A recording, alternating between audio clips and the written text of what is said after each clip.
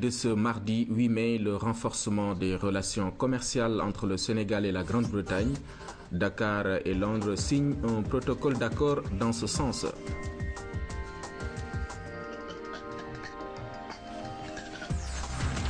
Le Sénégal rend hommage à Jules-François Bocandé, l'ancien capitaine de l'équipe nationale de football décédé hier en France.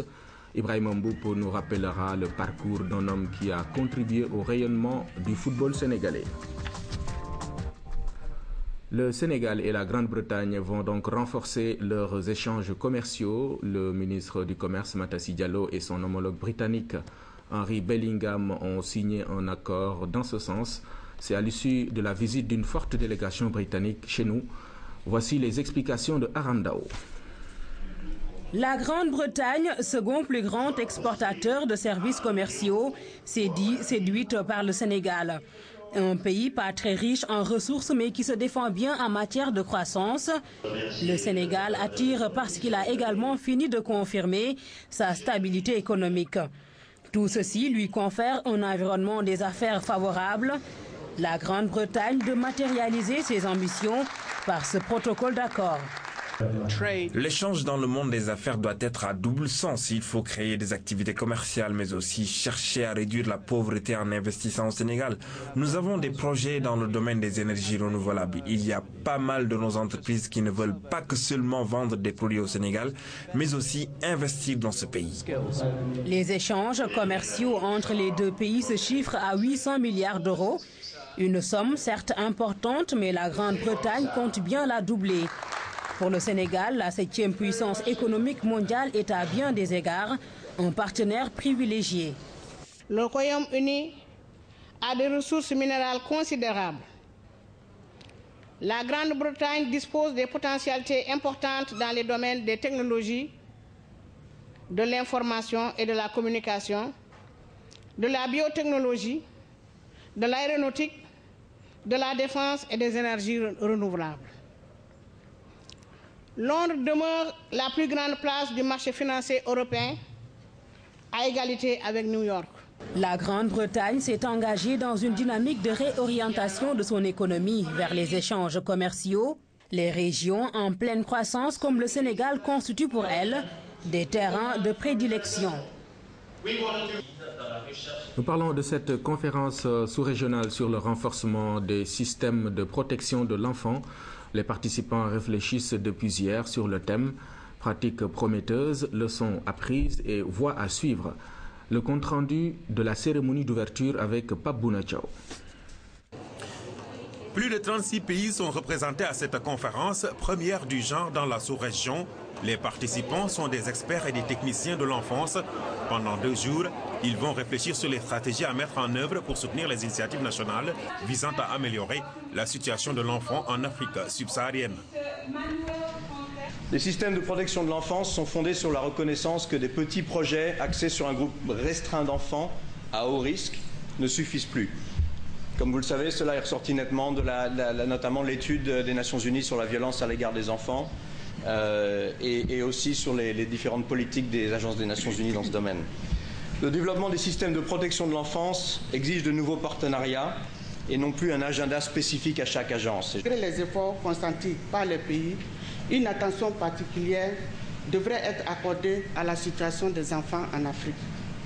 C'est une évidence que la situation de nombreux enfants africains demeure critique et instable. Au Sénégal, l'État a déjà entrepris plusieurs actions au profit de l'enfant, des actions qui ont conduit à la mise en place d'une stratégie nationale de protection de l'enfance. Il est évident que ces efforts au niveau national ne pourront donner la pleine mesure de leurs effets que si la dimension intersystémique est correctement et largement prise en compte. C'est pourquoi je salue vivement cette pertinente initiative qui permet de rassembler les expertises nationales les plus fines afin de faire le bilan des connaissances actuelles sur le renforcement des systèmes en Afrique subsaharienne. Les travaux seront axés sur la reconsidération du statut de l'enfant, le respect des textes et du dispositif de la Charte africaine des droits de l'enfant. De fortes recommandations sont attendues. De la lutte contre la polio, cette année, il n'y aura qu'un seul passage. Ce sera du 13 au 15 mai prochain. Sur l'ensemble du territoire national, les nombreux passages de l'année dernière ont produit des effets positif, mais la vigilance doit être de rigueur. Voilà pourquoi des journalistes et autres acteurs communautaires ont été sensibilisés à la maladie. Oumar Diaw. La circulation du poliovirus sauvage dans la sous-région a poussé en 2011 les pays à organiser des campagnes synchronisées de vaccination. Plusieurs passages ont ainsi été organisés et notre pays capitalise les résultats de cette riposte énergique. Une seule édition, contrairement à l'année dernière où nous avons eu à faire 16 passages. Ceci montre simplement les acquis que nous avons enregistrés. Ce passage unique au programme de 2012 aura lieu du 13 au 15 mai sur toute l'étendue du territoire. L'objectif est de vacciner l'ensemble des enfants en âge de l'être de 0 à 5 ans.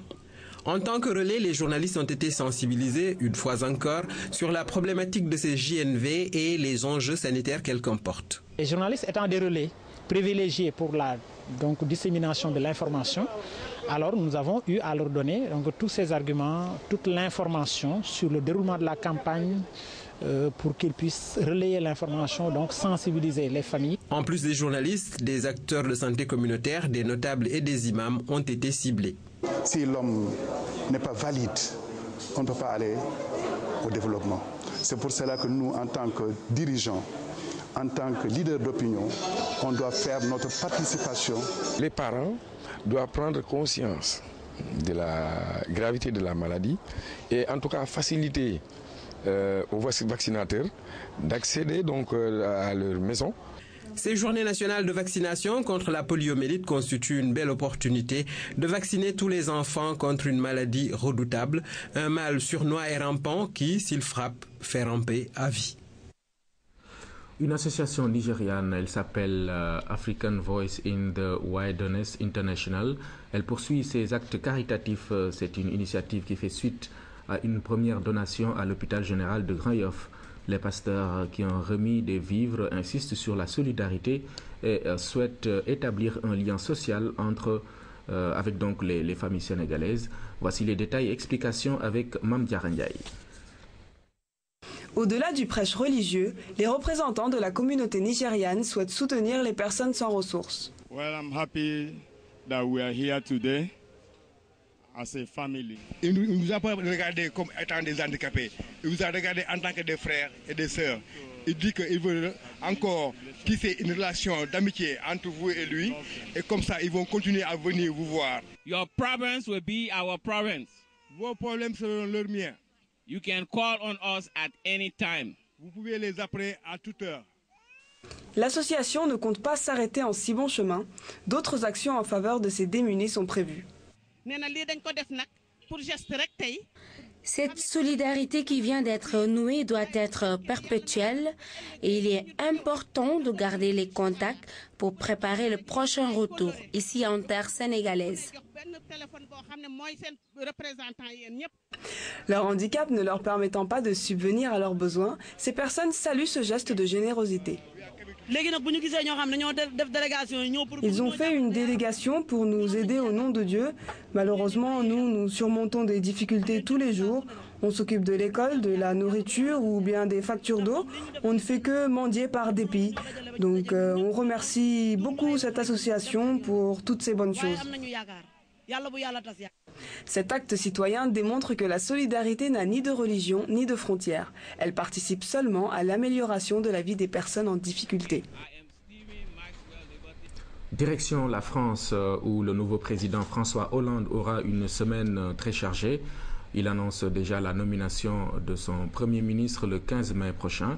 Plusieurs noms circulent déjà pour la primature ainsi que pour les grands ministères. Il fait figure de favori comme chef du gouvernement. Jean-Marc Ayrault, 62 ans, député maire de Nantes, n'a jamais été ministre, mais il est depuis 15 ans le patron des députés socialistes. Il connaît donc très bien l'Assemblée nationale et c'est surtout un proche de François Hollande. Il est ancien professeur d'allemand, un atout pour renégocier le traité européen. Mais sur les rangs, il y a aussi Martine Aubry, 61 ans. Ses points forts, son expérience gouvernementale sous Lionel Jospin et sa popularité. C'est la favorite des sondages pour ce poste, selon les électeurs de gauche. Deux hommes ont aussi pesé dans cette campagne. Pierre Moscovici et Manuel Valls. Ils ambitionnent tous les deux d'importants ministères. Mais certains semblent déjà plus ou moins acquis. Michel Sapin pourrait récupérer l'économie, un ministère qu'il a déjà dirigé au début des années 90. Aux affaires étrangères, hypothèse privilégiée Laurent Fabius. Il a sillonné le Proche-Orient et la Chine ces derniers mois. Vincent Peillon pourrait reprendre l'éducation nationale, un poste clé puisque François Hollande veut faire de la jeunesse la priorité de son quinquennat. Le nom de François Rebsamen circule pour l'intérieur. Le sénateur maire de Dijon était chargé du pôle sécurité dans l'équipe de campagne. Dans ce nouveau gouvernement, François Hollande a promis la parité. Côté femmes donc, Marisol Touraine pourrait prétendre au portefeuille des affaires sociales après avoir été en charge de ce dossier pendant la campagne. Aurélie Filippetti, députée de Moselle, pourrait aussi faire partie de l'organigramme. Tout comme les porte-paroles de François Hollande, Najat Vallaud-Belkacem, 34 ans, élue de la ville de Lyon, et Delphine Batteau, députée des Deux-Sèvres. Direction les États-Unis où un vaste projet d'attentat suicide a été déjoué. C'est la branche yéménite d'Al-Qaïda qui est mise en cause dans cet acte qui aurait pour cible un avion de ligne. C'est un avion de ligne comme celui-ci qui était visé. Hier, les États-Unis ont annoncé avoir empêché en avril dernier un nouveau projet d'attentat suicide à la bombe préparé par la branche yéménite d'Al-Qaïda. Un complot déjoué en toute discrétion par la CIA. Je ne ferai pas de commentaires sur les opérations confidentielles menées par les États-Unis, mais notre pays doit continuer à rester vigilant contre tous ceux qui voudraient l'attaquer. Les autorités n'ont donné que très peu de détails sur l'opération. Un engin explosif devait être utilisé par un kamikaze à bord de l'avion. Il n'y aura jamais de système parfait. Et chaque fois que les terroristes innoveront, nous devrons innover aussi. Cette tentative d'attentat est à peu près similaire à celle de 2009. Sur un vol Amsterdam-Détroit, un homme avait dissimulé des explosifs dans son pantalon. Il avait été maîtrisé par les passagers. Retour au Sénégal où les mareyeurs réclament leur implication dans les accords de pêche réunis à Mbour. Ils ont notamment insisté sur l'assainissement de leur secteur. Explication Kaltoum Gueye. Secteur clé de l'économie sénégalaise, la pêche connaît depuis quelque temps des difficultés. Cette rencontre est un moment privilégié pour faire l'état des lieux. On a des matériels qui sont vétustes, on a des véhicules qui ne peuvent plus contenir le poisson et ce n'est pas facile de prendre le poisson et mettre des millions en cours de route, ça périt. Donc vraiment ça là, c'est l'occasion aujourd'hui pour qu'on puisse circuler ce message. La vétusté de notre parc automobile nous préoccupe. Il y a aussi le manque de chambres froides et une usine de glace pour la conservation du poisson. Nous lançons un appel à l'État pour qu'il renforce son appui. Dernièrement, les accords de pêche ont fait couler beaucoup d'encre. Pour éviter que ces problèmes se reproduisent, les mareyeurs s'invitent au débat.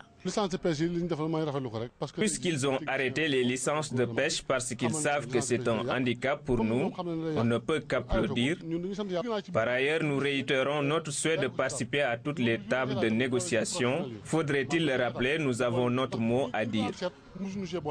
Pour assainir le secteur de la pêche, l'Association des mareyeurs du Sénégal a décidé de se réunir tous les 3 mois. Cela permettra de prévenir plutôt que guérir tous les maux qui gangrènent ce secteur essentiel de l'économie sénégalaise.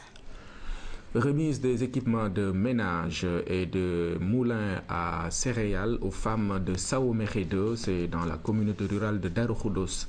Initiative de l'ONG Mosdaïr International qui vise la mobilisation des populations pour la préservation et la reconstitution de l'écosystème des Niayes. Ibrahima Diallo. Ces populations sont sorties en masse sur la place publique du village pour réceptionner ce matériel.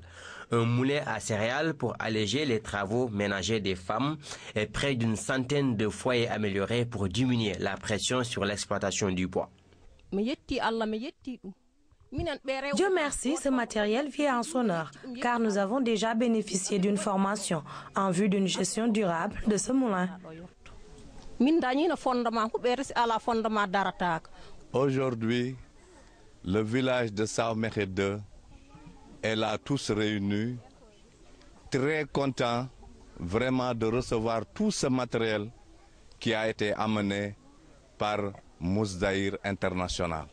Initiatrice de cette œuvre, l'ONG Mousdaïr International vise à travers ce geste à mobiliser ces femmes pour la préservation et la reconstitution de l'écosystème des Niayes. Le site de Sao-Mekhe a été retenu donc comme un accord pour la mise en œuvre des activités retenues pour 2012, notamment la production de 50 000 plants. Oui. C'est mieux. 50 000 plants forestiers et fruitiers. La protection de 75 hectares de cultures maraîchères par la fixation de 6 hectares de dunes mobiles. L'équipement des ménages avec 70 foyers améliorés pour l'économie de bois, de chauffe et la réduction du déboisement. Cette cérémonie marque ainsi le début d'un partenariat entre l'ONG et le comité de développement durable de la Société Générale. Je suis fier de voir aujourd'hui la réalisation concrète qu'on peut toucher, deux partenariats qu'on a conclus avec l'ONG Mousdaïr, mais aussi avec la communauté villageoise. Ce matériel est mis à la disposition du comité intervillageois de développement. Les recettes générées par l'exploitation du moulin vont servir à la pérennisation des actions de fixation des dunes dans la zone. La mobilisation de la jeunesse pour lutter contre la crise des valeurs, c'est via une association qui compte sensibiliser les Sénégalais sur la droiture, le respect de soi, l'honnêteté et le sens de l'honneur. Premier acte posé par les membres de la structure, la parution d'un livre intitulé « Réussir le mariage ». Aïda Moussassi, présidente de l'association, s'en explique au micro de Tchorodjang. C'est une initiative de la jeunesse sénégalaise. Nous sommes un groupe de jeunes qui nous sommes associés pour mettre au point une stratégie, un programme pour participer à la lutte contre la crise des valeurs et la création d'emplois au Sénégal. Bon, pour la lutte contre la crise des valeurs, nous proposons un livre qui s'intitule « Comment réussir son mariage ». Pourquoi le mariage ? Parce que pour construire une nation, il faut d'abord construire l'homme dans son premier cadre, la maison. Les valeurs qui font qu'une société se développe, prospère et où il faut bon de vivre, ces valeurs-là nous sont inculquées à la maison. Bon, des valeurs comme la droiture, le travail, l'amour du travail bien fait, le sens des responsabilités, la propreté, le respect de l'autre, tout s'apprend à la maison. Nous proposons ce concept-là à la vente et nous sommes 14 millions de Sénégalais. Bon, l'idéal,